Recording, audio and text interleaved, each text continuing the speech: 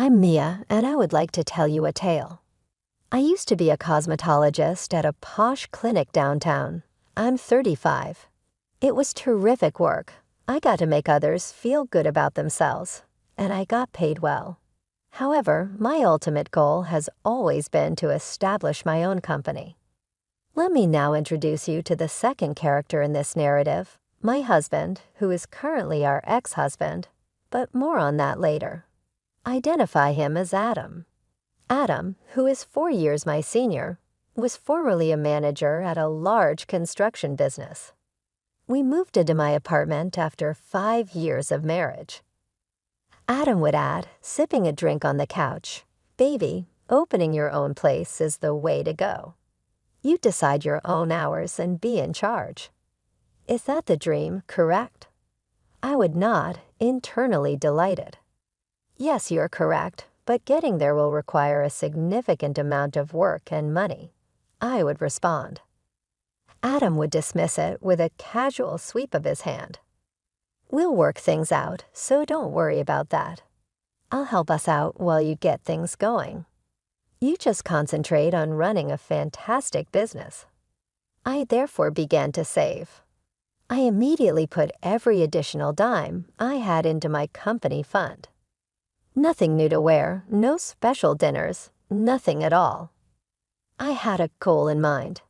When I declined to order takeaway for the 4th time in a week, Adam would say, "Geez, Mia, you don't have to be so strict." Warming up leftovers, I would tell him, "Every dollar counts, Adam. Remember, we agreed on this?" He would complain, then nod. "Indeed, you are correct. Ultimately, it will be worthwhile." I should definitely point out that Adam had previously been married. After their divorce, he informed me he left his flat to his ex-wife. All I knew was that they had been together for 6 years. He would go silent if I tried to ask additional questions. After several months, I felt prepared to take the risk. I resigned from the clinic, obtained my license, located the ideal small place, and began remodeling. Making decisions on what equipment to purchase and how to decorate took up every day. I was finally ready to open after what felt like an eternity. For 2 weeks, I worked nonstop for 14 days, from early in the morning till late at night. In those first 2 weeks, I didn't see Adam very much. He was fast sleeping when I arrived home. He was still snoring when I got up in the morning. Then one day my phone began to vibrate uncontrollably as I was giving myself a facial. I ignored it at first because, well, I'm a professional, but as the phone kept buzzing, I became concerned. What if Adam had suffered a setback? I checked my phone as soon as my customer walked out. 10 calls went unanswered from Amy, my mother-in-law. My stomach fell out. Amy never phoned unless there was a significant issue. With a beating heart, I phoned her back. "Amy, how are things going?" With a trembling voice, she murmured, "Mia, thank goodness." Adam and I had been attempting to communicate all day. He's involved in some sort of controversy at work, and I'm having trouble reaching him. I'm quite concerned. I felt as though someone had thrown me a pail of cold water. Scandal? Which scandal? Adam had mentioned nothing about it. Therefore, I knew nothing about it. "Amy, I'm not aware of any scandals," I remarked. On the other end of the telephone, there was a prolonged silence. "Oh," was her final response. "I understand. So if you have a chance, please ask him to give me a call." I remained up late that night waiting for Adam. When he did, at midnight, he smelled like beer. I tried not to panic and said, "Where have you been?" "Your mother has been reaching out to you all day long. She made a comment on a scandal at work." Adam exhaled deeply after freezing for a while. He did not glance at me as he collapsed into the couch. He murmured, "I guess I should have told you sooner. About a month ago, I left my job. I had the impression of being hit in the belly." "A month? You have been out of work for a month. And you neglected to inform me? What took place? With resentment in his voice, Adam stated, I got into a fight with my boss. I was at my breaking point because he was acting like such a jerk. My pride prevented me from staying. I inhaled deeply as I attempted to interpret his words. Even though I was working nonstop, Adam had been at home during this entire period. I questioned, why didn't you look for another job? Adam gave me a guilty expression as he stared at me. Mia, I believe I'm exhausted. I must take a rest. Perhaps I ought to consult a psychologist or something. I simply can't take on a new job at this time. I wanted to yell at him in part. We had an arrangement. His job was to help us while I launched my company. I wanted to scream, but I refrained after seeing how defeated he looked sitting there. After a lengthy silence, I responded, okay. We'll work this out, Adam, but no more secrets. Remember that we are a team. With a look of relief on his face, he nodded. Mia, I apologize. I swear there won't be any more secrets. I had no idea that would be the first of many promises he would breach. The ensuing weeks were difficult. I began taking on more shifts at my previous clinic, spending the afternoons there and the mornings at my own practice. It was tiresome, but there was nothing more I could do. In addition to bills, I still owed money on an office loan. Adam spent most of his time at home, supposedly looking for jobs online, but mostly playing video games. I tried to be supportive, reminding myself that mental health is important, but as the weeks turned into months, I started to wonder if he was even trying at all. Then finally, a glimmer of hope. One day, Adam came home grinning from ear to ear. I got a job, he announced. I was so relieved I could have cried. That night, we celebrated with a bottle of wine, toasting to new beginnings. For a moment, it felt like everything was going to be okay. But Adam's new job only lasted a month. One day, I came home from a long shift to find him sprawled on the couch, beer in hand, staring blankly at the TV. You're home early, I said, feeling a sinking sensation in my stomach. He shrugged, still watching the screen. I quit. It felt like a punch to the gut. What? Why? Adam muttered. The boss was a jerk. Wanted me to be a robot, all about discipline and following orders. Screw that. I took a deep breath, trying to stay calm. Adam, we talked about this. We can't afford for you to keep quitting jobs. He finally looked at me, his eyes cold. So I'm supposed to be miserable. I thought you'd be more understanding, Mia. I bit my tongue, not wanting to start a fight, but inside I was boiling. Understanding. I was working myself to the bone while he sat around drinking beer and playing video games. The next 8 months were a blur of work stress and mounting frustration. I'd come home to find Adam exactly where I'd left him, surrounded by empty beer cans and takeout containers. Any luck with the job search? I'd ask, trying to keep the desperation out of my voice. Nothing good out there, he'd reply, waving his hand like it didn't matter. I'm looking for something interesting, with good pay but not too demanding. I wanted to scream, who didn't want a job like that?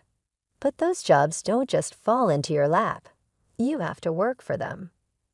Then one night, after a long day, I came home to find Adam actually up and about.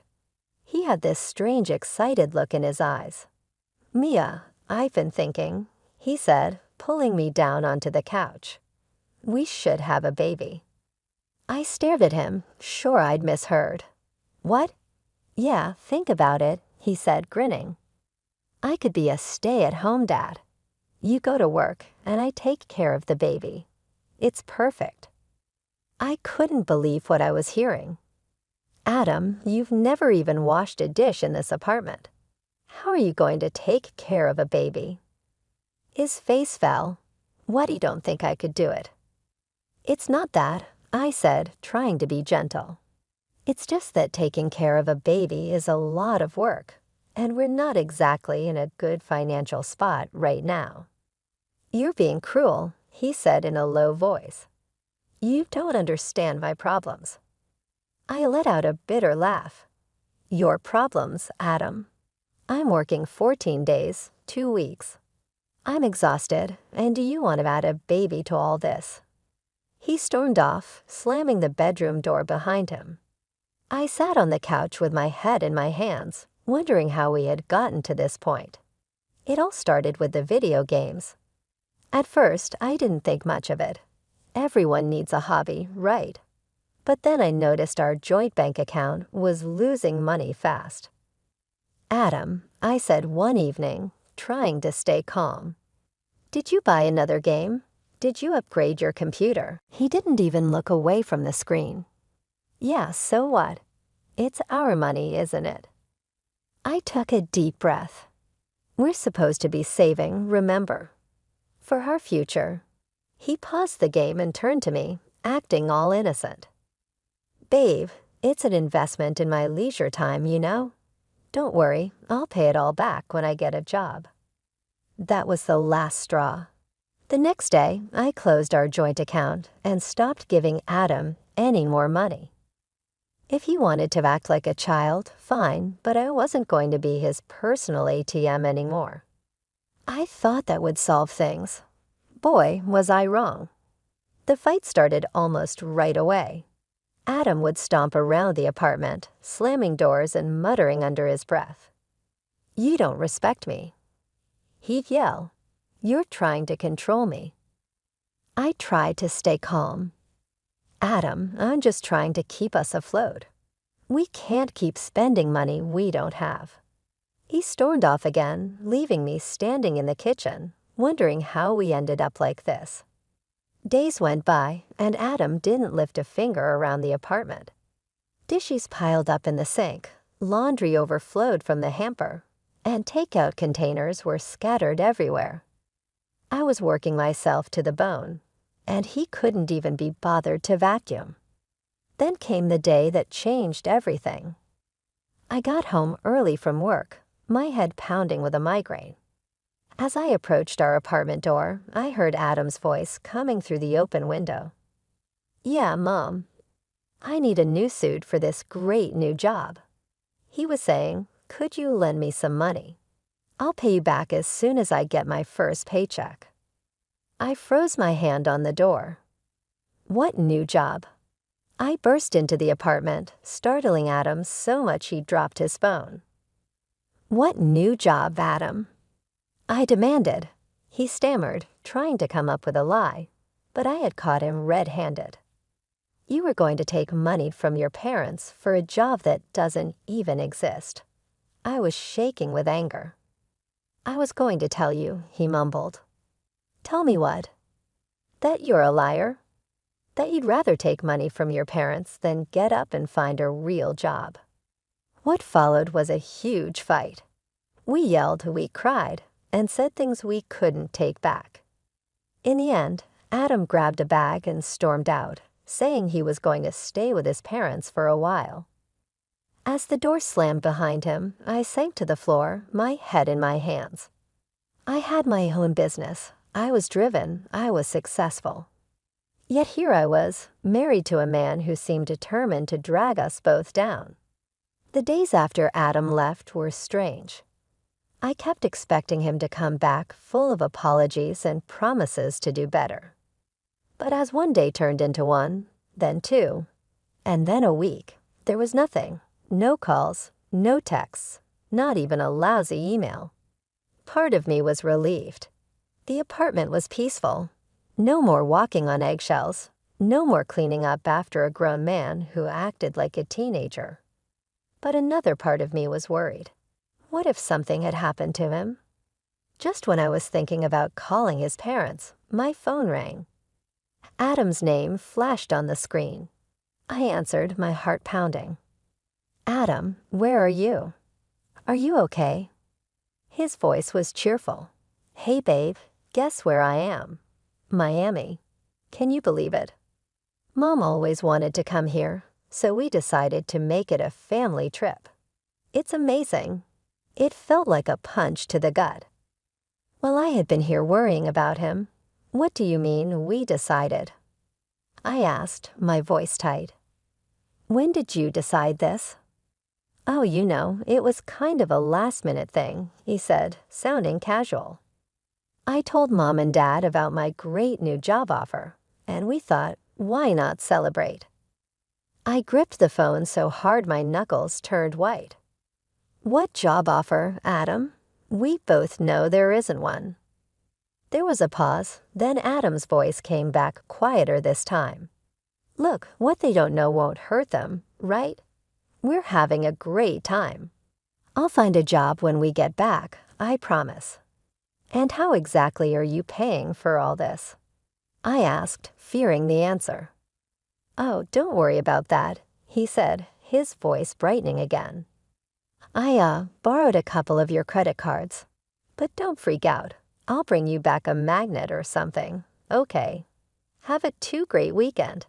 And then he hung up. Just like that, I stood there staring at my phone, feeling like my entire world was falling apart. The man I had married had stolen my credit cards to fund a vacation based on a lie. Something inside me snapped. I was done. No more second chances, no more excuses. With shaking hands, I opened my banking app and blocked every one of my cards. Then I called a locksmith. I need my locks changed, I said, my voice steady. As soon as possible. The locksmith came and went, and I was left alone in an apartment that suddenly felt too big, too empty. But I wasn't finished yet. I grabbed my phone and made one more call, to a divorce lawyer.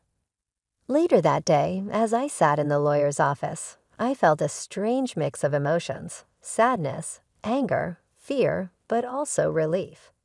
Signing those divorce papers was the first step in taking back control of my life.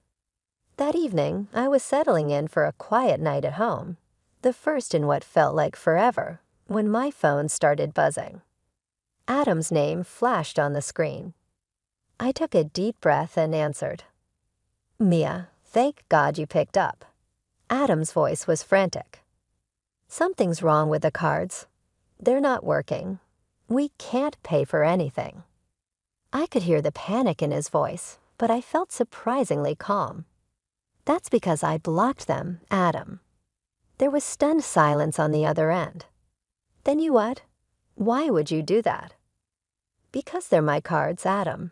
I didn't give you permission to use them. But we're stranded here. Mom and Dad are freaking out. You have to unblock them. I could hear the desperation, but I stayed firm. No, I don't have to do anything. You got yourself into this mess. You can get yourself out. That's when he lost it. Are you kidding me? You're putting me in an impossible situation here. You're my wife. You're supposed to help me. Unblock the cards right now, or I swear to God I'll divorce you. I burst out laughing, a deep, uncontrollable laugh that seemed to come from a part of me that had been locked away for too long. Oh, Adam, I said once I could speak again, you're a little late with that threat. Then I hung up. The next day, I rented a storage unit and packed up all of Adam's things, every shirt, every game console, every little thing that reminded me of him. It all went into boxes and then into storage. I knew he would come home soon, probably expecting to walk right back into our apartment like nothing had happened. Well, he was in for a surprise. Sure enough, a few days later, my phone rang. Adam's voice was a mix of confusion and anger. Mia, what the hell? I can't get into the apartment. Did you change the locks? Yes, I did, I said calmly. Your things are in a storage unit. I'll text you the address and unit number. My things? What are you talking about? Let me in. Mia, this isn't funny. I took a deep breath. This was it. I'm not joking, Adam. I filed for divorce. The papers should arrive at your parents' house any day now. There was a long silence. Divorce? Mia, come on. You can't be serious. We can work this out. Let's start over. Okay, I'll do better. I promise. It's over, Adam, I said firmly. I've made my decision. Please don't contact me again except through my lawyer. I hung up and blocked his number. As I sat there in my quiet apartment, I felt a mix of emotions. Sadness for what could have been, anger at all the lies and betrayal, but mostly I felt relief. For the first time in a long time, I felt like I could breathe. A few days after blocking Adam's number, my phone rang with an unfamiliar number. I almost didn't answer, thinking it might be Adam trying to reach me from a different phone, but something made me pick up. Hello, I said cautiously. Mia, it's Amy, Adam's mother. My stomach tightened. Here it comes, I thought, the lecture about ruining their family vacation, about being a terrible wife, about not standing by Adam. Amy, I said, trying to keep my voice calm. I'm sorry about what happened in Miami. She cut me off. No, Mia, I'm the one who should apologize. I'm so disappointed in Adam. I thought he had changed. What do you mean? I asked, curious. There was a long sigh on the other end of the line. Mia, there's something you should know. Adam's first marriage didn't end because they grew apart like he told you. His ex-wife left him because of his irresponsibility, his lying, his inability to keep a job, and his stealing. I felt like I had been hit with a wave of cold water. It felt like I had been punched in the gut. He never told me. I know, Amy said softly. We hoped that living with you, seeing how hardworking and responsible you are, would inspire him to change, to grow up. Her voice trailed off, and I could hear the pain in it. I felt a wave of sympathy for her. She had been fooled just like I had. Amy, I'm so sorry.